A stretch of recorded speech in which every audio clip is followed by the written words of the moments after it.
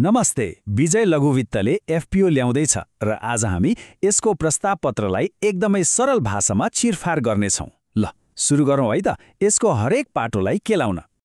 आजको हाम्रो छलफलमा के छ त? सुरुमा हामी एफपीओ प्रस्तावको बारेमा बुझ्छौँ, त्यसपछि विजय लघुवित्तलाई चिन्नेछौँ अनि यसको वित्तीय अवस्था, क्रेडिट रेटिङ र जोखिमहरू, उठाएको पैसा कहाँ प्रयोग हुन्छ र अन्तमा लगानीकर्ताले जान्नै पर्ने मुख्य कुराहरू के हुन्, यी सबै विषयमा हामी कुरा गर्नेछौँ।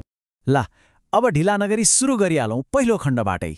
यो एफपीओको प्रस्तावमा खास के कुराहरू छन्, अङ्कहरूले के भन्छन्, त्यतातिर लागौँ।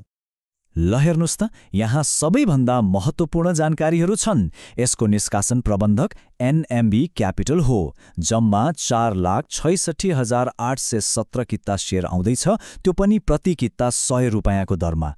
अब मिति याद गरिराख्नुस् है, 2082 साल पुस 21 गते खोल्छ र छिटोमा 24 गते बन्द हुन्छ। यो मिति चाहिँ एकदमै महत्त्वपूर्ण छ। यो पुरै प्रक्रियाको व्यवस्थापन एनएमबी क्यापिटलले हेरिरहेको छ। अब एनएमबी क्यापिटल भनेको नेपालको वित्तीय बजारमा चिनिएकै नाम हो, जसले गर्दा यो निष्कासन प्रक्रियामा एउटा विश्वास त थपिहाल्छ।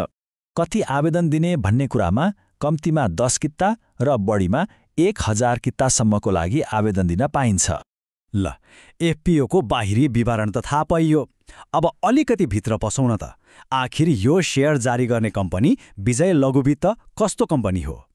विजय लघुवित्त एउटा घ वर्गको लघुवित्त संस्था हो। अब घ वर्ग भन्नाले के बुझिन्छ भने यो राष्ट्र बैंकबाट लाइसेन्स लिएर खास गरी ग्रामीण र न्यून आय भएका समुदायमा काम गर्ने संस्था हो। उनीहरूलाई सानो कर्जा दिने, बचत गर्न सिकाउने जस्ता काम यसले गर्छ। यसको इतिहास हेर्ने हो भने 2069 सालमा यसले आफ्नो काम सुरु गर्यो, तर एउटा ठूलो परिवर्तन आयो 2080 सालमा, जब यो नयाँ सारथी लघुवित्तसँग मर्ज भयो। हो, यही मर्जरले गर्दा कम्पनीको आकार र पहुँच दुवै बढ्यो र आजको अवस्थामा आइपुगेको हो। र यो हो विजय लघुवित्तको आधिकारिक लोगो। यसले के देखाउँछ भने यो एउटा राष्ट्रिय स्तरको लघुवित्त हो, जसको लक्ष्य देशैभरि आफ्नो सेवा पुर्याउनु हो। ल कम्पनीको परिचय त भयो। अब अलिकति पैसाको कुरा गरौँ। कम्पनीको वित्तीय अवस्था कस्तो छ र यो एफपीओ किन ल्याउनु परेको हो, यसको उद्देश्य के हो? यो एफपीओ ल्याउनुको मुख्य कारण पैसा उठाउनु मात्रै होइन है। यहाँ एउटा नियामकीय बाध्यता छ। मर्जरपछि नियमअनुसार संस्थापक समूहको 70% र सर्वसाधारणको 30% सेयर हुनुपर्छ। हो, त्यही अनुपात मिलाउनको लागि यो एफपीओ ल्याइएको हो। र यो एफपीओ पछि कम्पनीको सेयर स्वामित्व यस्तो देखिन्छ। संस्थापक समूहको 70% र बाँकी 30% सर्वसाधारणको। यो 70-30 को अनुपातले कम्पनीमा संस्थापकको बलियो पकड पनि राख्छ र सर्वसाधारणको सहभागिता पनि सुनिश्चित गर्छ। यो एफपीओ पूरा भएपछि कम्पनीको कुल चुक्ता पुँजी 79,22,059 रुपैयाँ पुग्नेछ। यो भनेको कम्पनीसँग अब आफ्नो व्यवसाय बढाउनको लागि पहिलेभन्दा धेरै पुँजी हुनेछ। ल कम्पनीको योजना र पुँजीको कुरा त राम्रै लाग्यो, तर लगानी गर्नुभन्दा अगाडि सबैभन्दा महत्त्वपूर्ण कुरा के हो? जोखिम।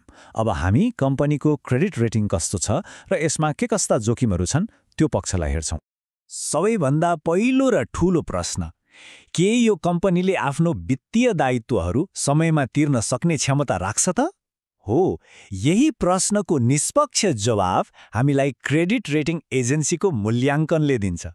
इक्रा नेपालले यसलाई रेटिङ दिएको छ ICRNP IRB। अब यो सुन्दा अलि प्राविधिक लाग्यो होला, तर नआत्तिनुहोस्, यसको अर्थ के हो अब हामी त्यो बुझ्ने प्रयास गर्छौँ।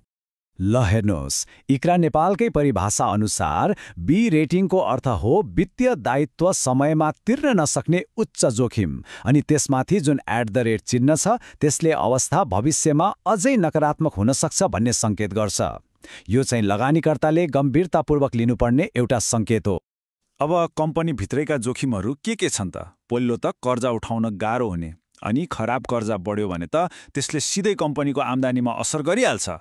पुँजी बजारको उतार चढाव त छँदैछ। कम्पनीभित्र मात्रै होइन, बाहिरबाट पनि जोखिमहरू छन्। जस्तै बजारमा नयाँ लघुवित्तहरू आइरहेका छन्, प्रतिस्पर्धा बढ्दो छ। फेरि राष्ट्र बैंकको नीति परिवर्तन भयो भने वा ब्याजदर घटबढ भयो भने पनि असर पर्छ। अनि देशको समग्र आर्थिक अवस्थाले त झन प्रभाव पार्ने नै भयो। ल यति धेरै जोखिमको कुरा गरियो, अब मानिलिउँ एफपीओ सफल भयो र कम्पनीले पैसा उठायो। त्यो पैसा कहाँ जान्छ त? कम्पनीको योजना के छ? कम्पनीको योजनाअनुसार उठाएको पैसाको सबैभन्दा ठूलो भाग लगभग 4 करोड 15 लाख रुपियाँ सिधै कर्जा प्रवाह बढाउनमा जान्छ। यो त उनीहरूको मुख्य काम नै भइहाल्यो। त्यसपछि अलिअलि पैसा तरलताका लागि र नयाँ शाखाहरू खोल्नमा पनि खर्च गरिनेछ। ल, हामीले धेरै कुरा हेर्यौं। एफपीओको विवरण, कम्पनीको परिचय, जोखिम, पैसाको उपयोग। अब यी सबै कुरालाई निचोरेर लगानीकर्ताले बुझ्नुपर्ने मुख्य कुरा के हो त? सारांशमा हेरौं। एकदमै छोटकरीमा भन्दा अवसर के हो भने एउटा स्थापित लघुवित्तले नियमअनुसार आफ्नो पुँजी संरचना मिलाउँदैछ, त्यसमा सहभागी हुने मौका हो। तर अर्कोतिर सबैभन्दा ठूलो चेतावनी वा जोखिम के हो भने यसको क्रेडिट रेटिङ ICR/NP IRB छ, जसले भन्छ कि पैसा तिर्न नसक्ने जोखिम उच्च छ। र अन्तमा यसले हामीलाई एउटा महत्त्वपूर्ण प्रश्नमा ल्याएर छोड्छ। एकातिर कम्पनीको भविष्यको वृद्धि योजना छ, अर्कोतिर विवरणपत्रमै लेखिएको उच्च जोखिमको रेटिङ।